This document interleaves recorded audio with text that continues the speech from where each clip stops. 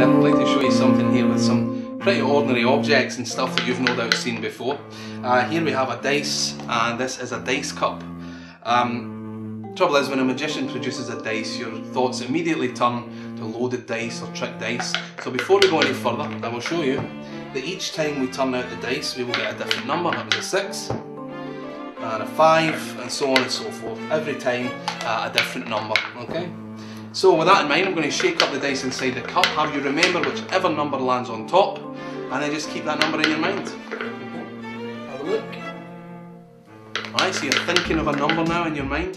What I'm going to do is take the dice, place it in my pocket, and ask you just to concentrate on that number. Okay, let me look at you. That's the number 6 you're thinking of, right? Now, maybe I guessed, but the point is, it provides just enough confusion that you actually forget where I placed the dice, right? You remember? In my pocket, see, that's what you're supposed to think. It's actually back under the cup. There it is. It's a strange one, and most people do want to see it twice, so I will give you an opportunity to see that again. I'll take the dice, place it in my pocket, and if you're concentrating, you should remember that it's actually back underneath the cup again. I know. I'll actually tell you how it's done, which is unusual for a magician. A magician normally does not reveal his secrets, but it's actually done in 2 phases. First, the black spots go under the cup, leaving me with this thing. Now, the little white cube is a much more difficult thing to vanish. It requires a little bit of Michael Amar's painted wiffle dust, and there it goes. There goes the white cube, and it should reform with the black dots under the cup. Let's see. There it is. Wonderful.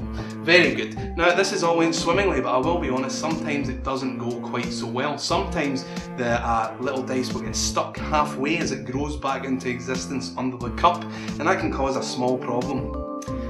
A small problem. It's a small problem. It's a tiny dice. Yeah, that is a small problem, no doubt about it. But look, everything else went well, so I don't see that as a big negative. Do you? A big negative. A big negative. You see what I mean? It's different opposite colours, but they're bigger. Yeah. You've got every excuse in the world for missing the big negative because it's the same colour as the cup and the mat.